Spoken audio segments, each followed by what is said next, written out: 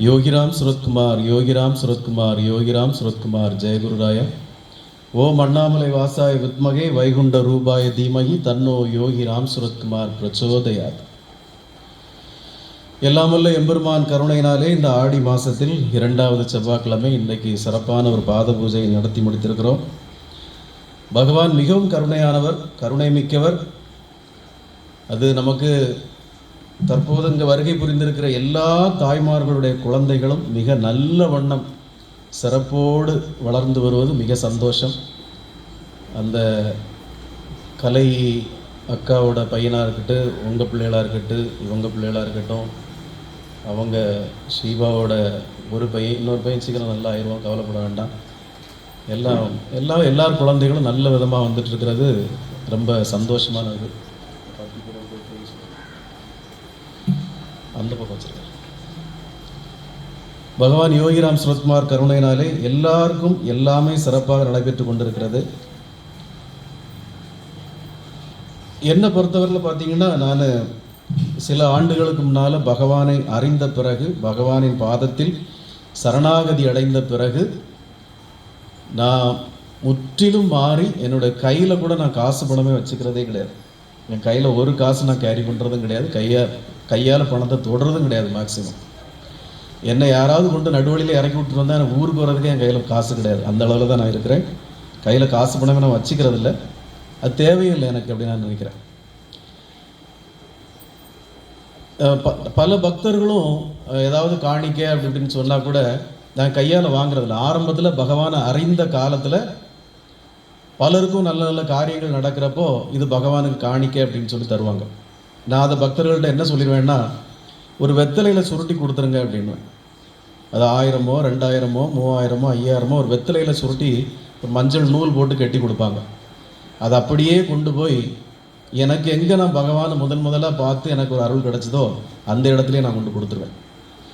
அது நாளாக நாளாக பல ஆயிரங்கள் பல லட்சங்கள் கூட நம்ம அப்படி நம்ம கொண்டு கொடுத்துருக்கோம். ஆனால் எப்போ ஜனவரி 22ஆம் தேதி நம்ம இங்கே யோகிராம் சுரத்குமார் நாம பிரச்சார குடியில் பகவானை பிராண பிரதிஷ்டை பண்ணி வச்சோமோ அதுக்கப்புறம் நான் யார்கிட்டையும் காணிக்கன்னு வாங்குறதே கிடையாது. அது நமக்கு தேவையில்லை. பகவான் நமக்கு பரிபூர்ண ஆரோக்கியத்தை தந்திருக்காரு, ஏதோ ஓரளவுக்கு வருமானத்தை தந்திருக்காரு, மருத்துவமனை ஓடிக்கிட்டு இருக்கு, அதனால் நம்ம போதும். அது போதும், அதை வச்சு தான் நம்ம செய்கிறோம்.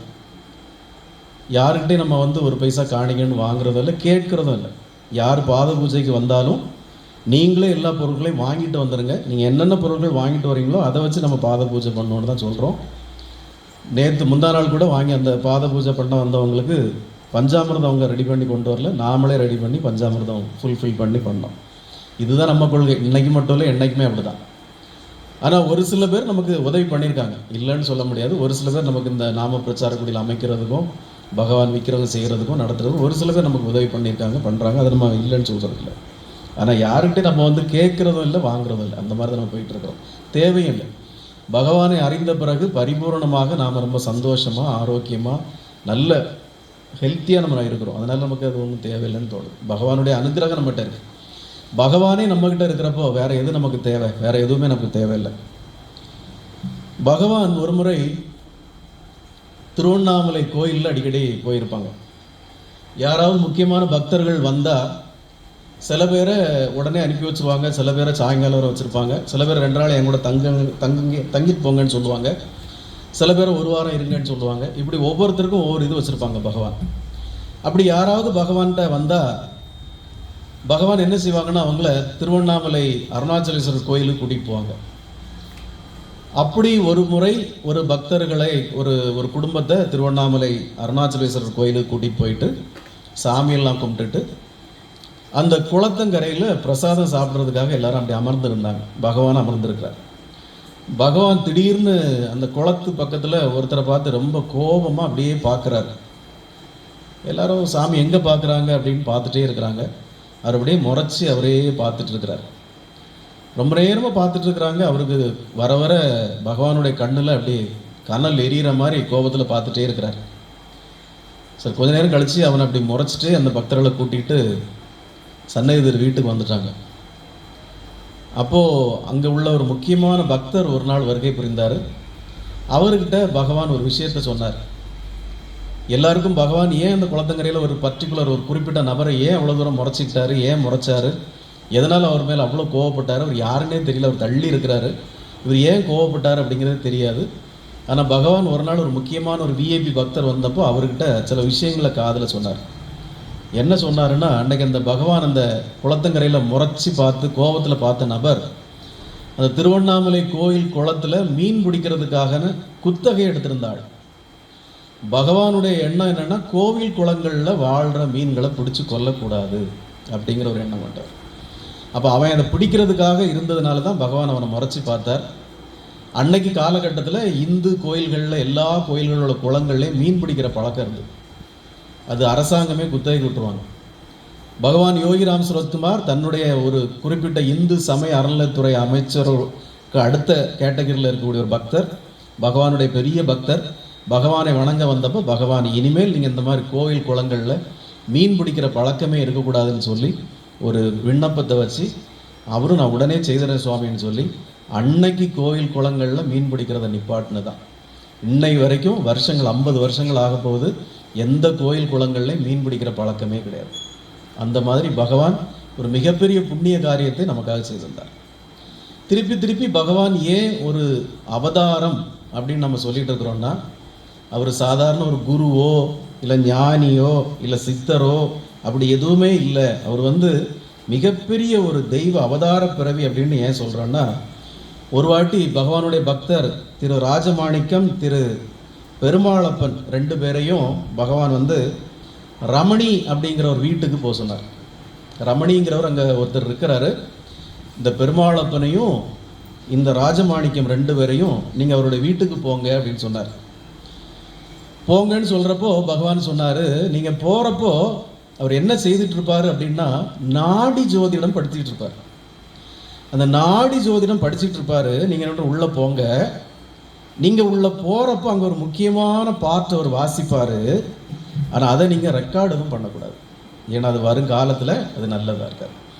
ஆனால் நீங்கள் கேளுங்க, அவர் என்ன படிக்கிறார் அந்த நேரத்தில் அப்படிங்கிறத நீங்கள் கேட்டுட்டு வாங்க அப்படின்னு சொல்லி யார் அனுப்புகிறாரு? பெருமாளப்பனையும் ராஜமாணிக்கம் 2 பேரையும் அனுப்புகிறார். இந்த திரு பெருமாளப்பனும் திரு ராஜமாணிக்கம் 2 பேரும் அந்த திரு ரமணி அவருடைய வீட்டுக்கு போகிறாங்க. போகிறப்போ அவர் கரெக்டாக சுவாமி பகவான் சொன்னது போல் அவங்க நாடி ஜோதிடம் படிச்சுட்டு இருக்காங்க. அந்த நாடி ஜோதிடத்தில் ஒரு பாடல் வருது. அந்த பாடல் என்ன வருதுன்னா, கைலை வாழ் ஈசன் கருணை கொண்டு தான் வாழும் அருணையிலே பிச்சைக்காரன் வடிவில் கையில் விசிறி சிரட்டையுடன் காணுவான் அப்படின்னு அந்த நாடி இதில் அவர் படிச்சுட்டு இருக்கிறார். இதுக்கு மேலே ஒரு தெய்வ பிறவி, ஒரு அவதார பிறவி எப்படி தான் ஒரு அவதாரங்கிறத ப்ரூவ் பண்ண முடியும் மக்கள்கிட்ட. அதில் இன்னொரு விஷயம் நீங்கள் புரிஞ்சுக்கணும், எந்த அவதாரத்தையுமே அந்த அவதாரம் வாழ்ந்த காலத்துலேயோ அதுக்கு பின்னாடியோ பல பேர் ஒத்துக்கிட்டதே கிடையாது. ஐயா வைகுண்டர் வாழ்ந்த காலத்துலேயும் அவரை ஒத்துக்கலை யாரும், புத்தர் வாழ்ந்த காலத்துலேயும் அவரை யாரும் ஒத்துக்கலை, முகமது நபி வாழ்ந்த காலத்துலேயும் அவரை ஒரு தேசத்துலேருந்து இன்னொரு தேசத்துக்கு அடித்து விரட்டினாங்க, புத்தரை கல்லால் அடித்தாங்க, இயேசுநாதரை போல ஒரு கொடுமையாக கொல்லப்பட்ட உயிர் இந்த உலகத்தில் யாருமே இருக்க முடியாது. அப்படி எல்லா புண்ணிய ஆத்மாக்களையும் எல்லா அவதாரங்களையும் மக்களுக்கு தான் பண்ணாங்க, இப்போவும் பண்ணிட்டு தான் இருக்கிறாங்க. அதனால் நாம் சொல்ல வேண்டியது நம்முடைய கடமை. நம்முடைய ஸ்ரீ தேவகி அம்மா அவர்களை பகவான் வாழ்ந்த காலத்திலே அவர் என்ன சொல்லுவார்னா, இமயம் முதல் குமரி வரை நீ என்னை கொண்டு சேர்க்கணும், என்னுடைய நாமத்தை கொண்டு போய் சேர்க்கணும்னு கட்டளையிட்டாங்க. ஒரு முறை பகவான் சன்னதி தெரு வீட்டில் இருந்துட்டு அப்புறம் தேவகி அம்மா வீட்டுக்கு ஷிஃப்ட் ஆனாங்க. சன்னதி தெரு வீட்டில் கிட்டத்தட்ட ஒரு 25 ஆண்டுகள் இருந்த பிறகு அந்த வீட்டில் வெளிச்சமும் இருக்காது, காற்றும் வராது. அதனால் தேவகி அம்மா ஒரு வீடு கட்டி அங்கே பகவான் நீங்கள் அங்கே வாங்க, உங்களை என்னை பார்த்துக்கிறதுக்கு வசதியாக இருக்கும்னு சொல்லி பகவானை வயதான காலத்தில் அங்கே கூட்டிகிட்டு போனாங்க. அந்த வீட்டுக்கு போன பிறகு சமூகம் பகவானை பற்றி ரொம்ப அசிங்கமாக மோசமாக பேசினாங்க, எழுதுனாங்க, பல இதுகளும் எழுதுனாங்க. அப்போது நீங்கள் வேணால் சேர் அந்த கொடுத்துக்கிட்டு போட்டுருங்க பார்த்து வரல. அப்போ தேவகி அம்மா ஒரு வாட்டி கேட்டாங்க, நான் வேணால் காசிக்கு போயிடுறேன் சுவாமி, நான் வேணால் காசிக்கு போயிடுறேன், அங்கேருந்து உங்கள் நாமத்தை நான் எல்லாருக்கும் பரப்புகிறேன், நானும் இங்கே இருக்கிறதுனால தானே எல்லாரும் இப்படி சொல்கிறாங்க, அதனால நான் இந்த சுதாமா வீட்டை விட்டு நான் வேணால் காசிக்கு போயிடுறேன்னு சொன்னாங்க. பகவான் யோகிராம் சுரத்குமார் சொன்னார், இந்த சமூகம் இப்படி தான் இருக்கும், இந்த சமூகம் இப்படி தான் பண்ணிகிட்டே இருக்கும், இந்த சமூகம் இப்படி தான் இருக்கும். நமக்கு அது பிரச்சனை இல்லை, நமக்கு அது கருத்தில் எடுக்க வேண்டிய அவசியம் இல்லை. நாம் என்ன காரண காரியத்திற்காக இங்கே பிறந்திருக்கிறோமோ, என்ன காரண காரியத்திற்காக நாம் அங்கே வாழ்ந்துக்கிட்டு இருக்கிறோமோ அதைத்தான் நம்ம செய்யணும். அதைத்தான் நம்முடைய ஞானிகளும் சித்தர்களும் அதைத்தான் செய்து காட்டியிருக்காங்க. பகவான் யோகி ராம் சுரத்குமாரை ஒரு வாட்டி திருவண்ணாமலையில் கடவுள் நம்பிக்கை இல்லாத ஒரு கூட்டம், மொழி வெறி கொண்ட ஒரு கூட்டம், வட இந்தியன் தென்னிந்தியன் என்கிற வெறி கொண்ட ஒரு கூட்டம் அவரை அடின்னு அடித்தாங்க. போட்டு அடின்னு அடித்து மிதித்து அவர் ஒரு சாக்கடைக்கு தள்ளி சாக்கடைக்கு போட்டு மிதித்தாங்க. பகவான் அந்த அரை மணி நேரம் 1 மணி நேரம் அந்த வலிகளெல்லாம் தாங்கிக்கிட்டு சாக்கடையிலேருந்து வெளியே வந்தோடனே அவர் சொன்னார், என் தந்தையின் பணி நிறைய இருக்குது, எனக்கு நேரம் இல்லை, நான் போயிட்டு வரேன்னு போயிட்டார்.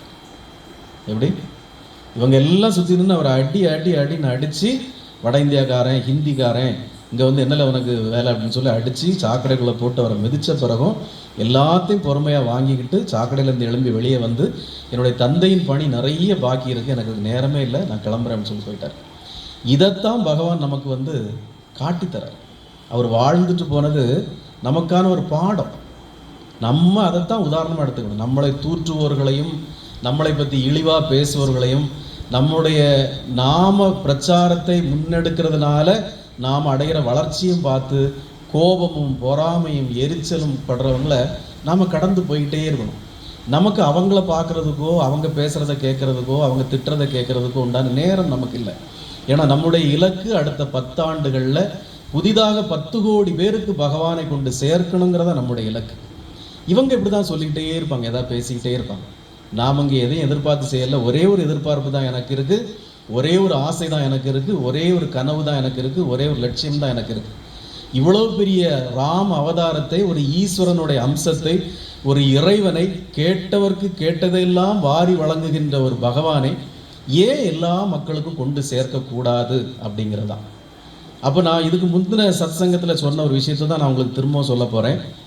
எப்படி ராமானுஜருக்கு ஓம் நமோ நாராயணாய நாமத்தை எல்லாருக்கும் சொல்லக்கூடாதுன்னு சொன்னாரோ, அதே போல் தான் பகவான் யோகிராம் சுரத்குமாரும் இது ஒரு மாணிக்கம், வைரம், வைடூரியம் இது எல்லாருக்கும் எடுத்து இறக்கிறது இல்லைன்னு சொன்னார் இல்லையா. ஆனால் அதை மீறி ராமானுஜர் உயரமான கோபுரத்தில் ஏறி எல்லாரும் வாங்க இதை வாங்கிக்கோங்கன்னு சொல்லி கொடுத்தாரு இல்லையா. அதே தான் நான் பண்ணிகிட்டு இருக்கிறேன். நான் தப்பாக எதுவும் பண்ணலை. என்ன தப்பாக பண்ணலை, நானும் ராமானுஜருடைய வழியை பின்பற்றி தான் பண்ணிகிட்டு இருக்கிறேன். ராமானுஜர் தெருவில் இறங்கி தெருவாவே கத்தலை, எல்லார் வீட்டையும் தட்டிந்தாங்க வச்சுக்கோங்க ஓம் நமோ நாராயணாய் ஓம் நமோ நாராயண சொல்லலை. அவர் உயரமான கோபுரத்தில் ஏறி சொன்னார். உயரமான கோபுரத்தில் ஏறி இந்த நாமத்தை வாங்கிக்கோங்கன்னு சொன்னார். அதே போல் நானும் எம்பெருமான் பரமாத்மா அரசாட்சி அமர்ந்து அரசாட்சி புரிகின்ற இந்த நாம பிரச்சார குடிலன்னு தான் நான் எல்லாருக்கும் சொல்கிறேன். நான் ஒவ்வொரு வீடு வீடாக ஒவ்வொரு தெருவா போய் இந்த வச்சுக்கோன்னு சொல்லவோ, நான் கொடுத்துட்டு போகிற புக்லெட்டத்துக்கு அவங்க குப்பையில் போடவோ நான் செய்யலை. யார் யாருக்கு பகவான் யோகிராம் சுரத்குமார் வேணுமோ, யார் யார் நம்ம அறிஞ்சு பகவான் அறிந்து இங்கே வாராங்களோ புதிதாக அவங்களுக்கு தான் நம்ம யோகிராம் சுரத்குமாரை வச்சுக்கோ நல்லா இருப்பேன்னு சொல்லி கொடுக்குறோம். அப்போ ராமானுஜருடைய வழியை பின்பற்றி தான் நான் பண்ணுறேனே ஒழிய, நான் கோபுரத்தில் இருந்தால் சொல்கிறேனே ஒழிய குப்பமேட்டில் இறங்கி நான் பகவானை கூறு போட்டு விற்கலை. நான் கோபுரத்துலேருந்து தான் சொல்லிகிட்டு இருக்கிறேன். இஷ்டம் உள்ளவங்க வரட்டும். அன்னைக்கு நடராஜன் சொல்லி ஒருத்தர் நான் சாக போகிறேன் சுவாமின்னு வந்தவருக்கு பகவான் யோகிராம் சுரத்குமார் நம்ம சொல்லி அவர் அனுப்பி வச்சிருக்கோம், சந்தோஷத்தோடு போனார். யார் யார் நம்மளை அறிஞ்சு பகவானை அறிந்து இங்கே வாராங்களோ அவங்களுக்கு தான் பகவான் யோகிராம் சுரத்குமாருடைய நாமத்தை சொல்கிறோம், பகவானை பற்றி சொல்கிறோம். அப்போ நாம் சரியான வழியில் முன்னோக்கி போயிட்டு இருக்கிறோம்.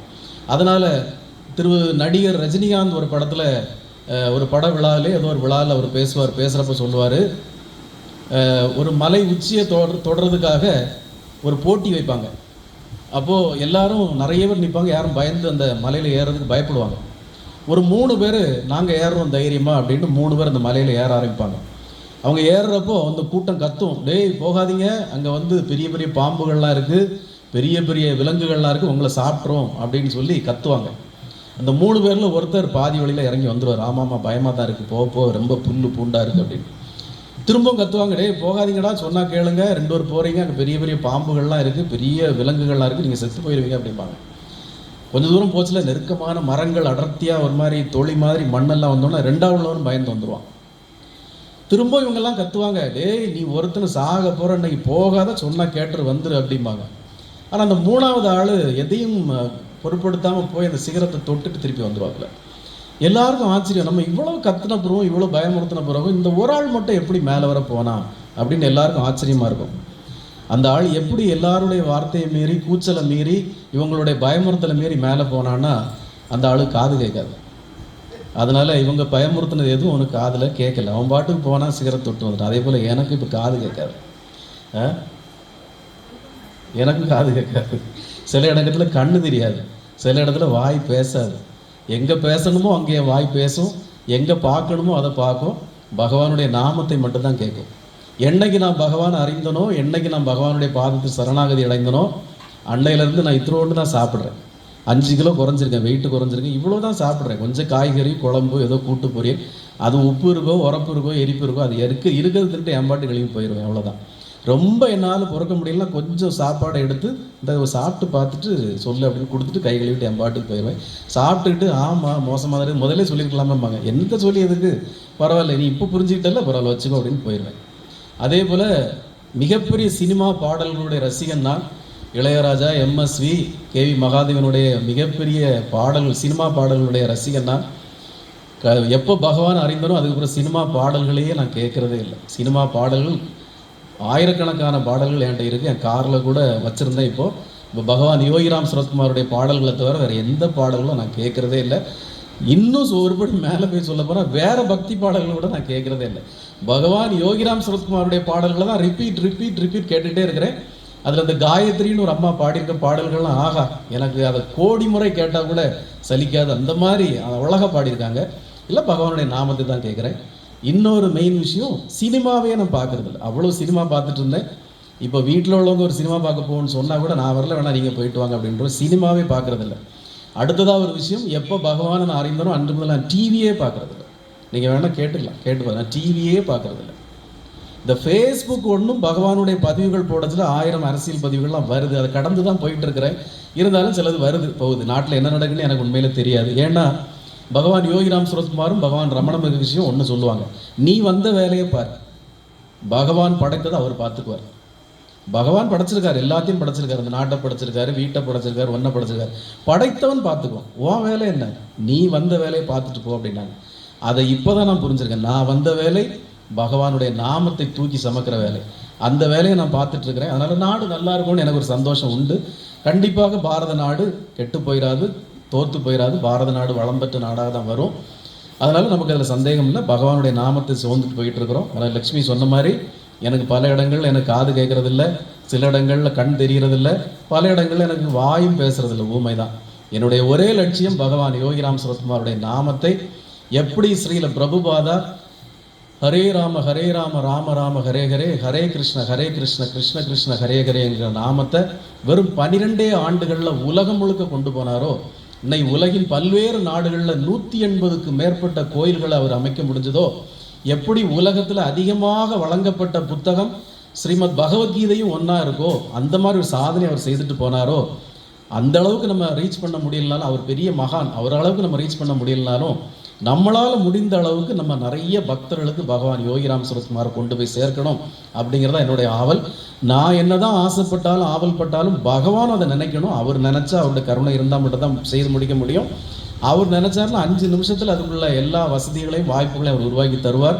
நான் அதுக்குண்டான முயற்சிகளாக தான் இருந்துகிட்ருக்கேன். நமக்கு சில கடமைகள் இன்னும் இருக்குது, அந்த கடமைகளை முடிச்சுட்டு அதுக்குண்டான காரியங்களில் முழுவீச்சாக இறங்கணுங்கிறதா என்னுடைய ஆசை.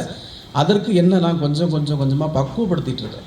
எப்படி ஸ்ரீல பிரபுபாதா தன்னுடைய குடும்பத்தையும் தன்னுடைய சொத்து பணம் காரியங்கள் எல்லாம் விட்டு எரிஞ்சிட்டு ஒரு 5 ஆண்டுகள் ஒரு மடத்தில் போய் எல்லாம் கற்றுக்கிட்டு இருந்தார், அதே போல் நாம் இப்போ தான் முதல் அடி எடுத்து வச்சுருக்கிறோம். இன்னும் நமக்கு நிறைய நாட்கள் இருக்குது. அந்த முழுக்க நம்மளை நல்லா பக்குவப்படுத்திக்கிட்டு அந்த உலக இன்பங்கள் எல்லாம் முழுக்க திறந்துக்கிட்டு பகவானுடைய நாமத்தை மட்டும் நம்ம வாயிலையும் நெஞ்சிலையும் சுமந்துக்கிட்டு பகவானை நம்ம உடம்புல சுமந்துட்டு நம்ம திரிகிற காலம் வெகு விரைவில் வரும். அதனால் உலகம் என்ன சொன்னால் நமக்கு பற்றி பிரச்சனை இல்லை. யார் என்னால் பிபி ப்ரெஷர் வந்தாலும் நம்ம ஒன்றும் செய்ய முடியாது. அவங்களோட பிபியும் ப்ரெஷரையும் அவங்க தான் குறைச்சிக்கிட்டு அவங்க உடல் நலத்தை அவங்கவுங்க தான் பார்த்துக்கணும். சொல்லப்போனால் யாருக்கும் நம்ம போட்டியே இல்லைங்க. இதில் என்ன இருக்குது போட்டி? நீ பெருசாக நான் பெருசாக, போட்டியே இல்லை. உங்கள் எல்லாருக்கும் பகவான் யோகிராம் சரத்குமார் ஒரு கடமையை தந்திருக்கார். அவர் வாழ்ந்த காலத்தில் ஒவ்வொருத்தரும் ஒரு கடமையை தந்திருக்கார். அந்த கடமையை அவங்கவுங்க செய்துட்டு போங்க, அவ்வளோதான். இதில் அவன் என்ன புதுசாக வந்துட்டான், இவன் என்ன புதுசாக வந்திருக்கான், இவன் யார் அவன் யார். அப்போது நான் இதில் என்ன சொல்ல வரேன்னா, உங்களுடைய எண்ணம் அது இல்லை, உங்களுடைய எண்ணம் வேற ஏதோ இருக்குது. அதனால நீங்கள் போட்டியாக நினைக்கிறீங்க, பொறாமப்படுறீங்க. எனக்கு யாரும் போட்டி இல்லை, யாரும் பொறாம இல்லை. என்னை பொறுத்த மட்டும் நான் எடுப்பார் கைப்பிள்ளை, யாராவது வாடா நான் போயிடுவேன், அவ்வளோதான். எனக்கு வேறு எதுவுமே தேவையில்லை. யார் அன்பாக கூப்பிட்றாங்களோ அவங்ககிட்ட நான் போயிடுவேன். அதனால் எனக்கு பகவான் யோகிராம் சரத்குமார் மட்டும்தான் முக்கியம். அவருடைய நாமத்தை நோக்கி தான் முன்னோக்கி போய்கிட்டு இருக்கிறோம். அதனால் யாரும் என்ன போட்டியாவோ பொறாமைப்பட வேண்டிய அவசியம் இல்லை. ஏன்னா நான் மட்டுமே இல்லை, என்னை போல இன்னும் பல ஆயிரம் பேர்கள் வருவாங்க பகவானுடைய நாமத்தை கொண்டு சேர்க்கறதுக்கு. இன்னைக்கு 4 பேர் தான் சத்சங்கமே பண்ணுறாங்க. வெறும் 4 பேர் தான் பகவானை பற்றி பேசுகிறாங்க. ஆனால் இன்னும் ஆயிரக்கணக்கான பேர், என்னை விட திறமையானவங்க, என்னை விட நல்ல பேச்சாளர்கள் பகவானை பற்றி, பகவானுடைய கருணையை பற்றி நிறைய பேசுவாங்க, நிறைய கொண்டு போவாங்க. பகவான் யோகிராம் சரத்குமார், நான் எப்படி ஸ்ரீ ராம அவதாரத்தில் இருந்தப்போ என்னை பற்றி ராமாயணம் எழுதப்பட்டதோ, நான் எப்படி கிருஷ்ண அவதாரத்தில் இருந்தப்போ என்னை பற்றி மகாபாரதம் எழுதப்பட்டதோ, அதே போல நான் இந்த பிச்சைக்காரன் வடிவத்தில் வந்ததை ஒரு காலம் காவியமாக இந்த உலகம் எழுதும்னு சொன்னார். நான் ஒரு ஃபேஸ்புக்கில் போட்ட ஒருத்தர்னு சொன்னார், அதை இவர் பாலகுமாரன் எழுதிட்டாரே அப்படின்னார். பாலகுமாரன் ஒரு குருங்கிற மாதிரி ஒரு கதையாக தான் எழுதினார். ஆனால் வரும் காலத்தில் யாராவது ஒருத்தங்க இதை ஒரு காவியமாக எழுதுவாங்க, அது காவியமாக வரும். பகவான் யோகிராம் சரத்குமாரை உலகமே வணங்கும், அவருக்கு உலகம் முழுக்க ஆலயங்கள் வரும். இன்னைக்கு ஏதோ 1-2 வந்துருக்கு, இதை வச்சே பல பேர் பெரிய சந்தோஷப்பட்டுக்கிறாங்க. அப்படி இல்லை, உலகம் முழுக்க வரும். அது அடைகிற நாட்கள் ரொம்ப இல்லை. இந்த பிறவியில் ஒருவேளை நான் ஆசைப்பட்டதை செய்ய முடியாமல் போனால் கூட மீண்டும் பிறந்து வந்து பகவானுடைய அடிமையாக பிறந்து, பகவானுடைய இட்டர்னல் ஸ்லேவாக நான் பிறந்து வந்து பகவானுக்கே தொண்டு செய்து நான் செய்ய தான் பிறந்து தான் வருவேன், கண்டிப்பாக வருவேன். எப்படி ராம அவதாரம் ஒரு அவதாரம் இல்லையோ, அதே போல் பகவான் யோகிராம் சரத்குமார் மீண்டும் மீண்டும் ராமனாக, ஈஸ்வரனாக வடிவம் எடுத்து வருவார், பிறந்து வருவார். அன்னைக்கு எப்படி அவர் கூட இருந்த ஒரு சின்ன பையன், ஒரு பக்தனை, இவன் இந்த பிறவியில் மட்டும் எனக்காக வந்தவன் இல்லை, நான் ஒவ்வொரு பிறவியிலும் இவன் என்னோடு பிறந்து வந்தவன் சொன்னாரோ, அதே போல் இந்த சிவகுமார் பகவான் யோகிராம் சரத்குமார் ஒவ்வொரு பிறவி எடுத்துங்க வரும்போதும் நானும் அவரோடு, அவர் வச்சிருந்த ஒரு சாய்பாபா நாயை போலவோ, இல்லை அவரது ஒரு சிரட்டையை போலவோ, அவரது ஒரு விசிறியை போலவோ அவரோடு கூடவே இருந்து தொண்டுகள் செய்து பகவான் யோகிராம் சரத்குமார் என்பவரை அவருடைய நாமத்தை இந்த உலகம் முழுக்க கொண்டு செல்ல வேண்டும் என்கிறதே என்னுடைய ஒரே ஆசை, லட்சியம், என்னுடைய ஒரே பிரார்த்தனை. உங்கள் எல்லோருடைய வாழ்க்கையிலும் நல்லதே நடக்கும். பகவான் யோகிராம் சரத்குமார் கருணையினால் உங்கள் எல்லோருக்கும் நன்மைகள் உண்டாகும். சென்னையிலிருந்து ஸ்ரீமதி லக்ஷ்மி கணேசன் அவங்க ஒரு எனக்காக ஒரு ஸ்பெஷல் பிரார்த்தனை பண்ணுங்க சுவாமின்னு சொல்லியிருந்தாங்க. ஸ்ரீமதி லக்ஷ்மி கணேசன் அவர்களுக்கும், அவருடைய கணவர் கணேசன் அவர்களுக்கும், அவருடைய மகன் ஸ்ரீராம் அவர்களுக்கும் நான் பிரார்த்தனை பண்ணியிருக்கிறேன். கண்டிப்பாக ஸ்ரீமதி லக்ஷ்மி கணேசன் அவர்கள் குடும்பத்தில் இருக்கக்கூடிய பிரச்சனைகள் எல்லாம் அகன்று, பொருளாதார ரீதியில் அந்த பிரச்சனைகள் எல்லாம் அகன்று, நல்ல செல்வ செழிப்போடு ஆரோக்கியத்தோடு மகனும் மருமகளும் இணைந்து குடும்பத்தோடு சந்தோஷமாக வாழும் நாள் தொலைவில் இல்லை. பகவான் பரிபூர்ணமாக உங்களுக்கு நல்லாசி வழங்கியிருக்கிறார். திருமதி லக்ஷ்மி கணேசன், ஸ்ரீராம் மற்றும் அவருடைய மருமகள் எல்லோரும் சேர்ந்து நல்வாழ்வு வாழ நான் இப்போதும் ஒரு முறை பிரார்த்தனை செய்கிறேன். என்னிடம் பிரார்த்தனை செய்ய வேண்டிய அனைவருக்காக நான் பிரார்த்தனை செய்கிறதா வழக்கம். எனக்காக நான் ஒரு நாளும் பிரார்த்தனை செய்ததே கிடையாது, எனக்கு எந்த தேவையும் கிடையாது. என்னுடைய தேவைகளை பகவான் எப்படியாவது செய்வார், அவ்வளோதான். ஒரு ஆள் மூலமாக இல்லைனா இன்னொரு ஆள் மூலமாக செய்வார், இல்லை அதை பகவானே செய்கிறதா நான் நினச்சிக்குவேன். அதனால் எல்லோருடைய வாழ்க்கையிலும் எல்லா பிரார்த்தனைகளும் எல்லா வேண்டுதலும் நிறைவேறும். யாரும் ஒன்று நடக்கலையே, இது தள்ளி போவதேன்னு யாரும் நினைக்க வேண்டாம். கூடிய சீக்கிரம் எல்லோருக்கும் நல்லதாக நடக்கும். பகவான் யோகிராம் சரத்குமார் கருணை மிக்கவர். அவர் பாதத்தில் பணிந்து கெஞ்சி கேட்டு பிரார்த்திக்கிறேன். உங்களுடைய எல்லோருடைய பிரார்த்தனைகளும் உங்கள் எல்லோருடைய தேவைகளையும் பகவான் யோகிராம் சரத்குமார் நிச்சயமாக நிறைவேற்றி தருவார். யோகிராம் சரத்குமார், யோகிராம் சரத்குமார், யோகிராம் சரத்குமார், ஜெயகுருவாயா.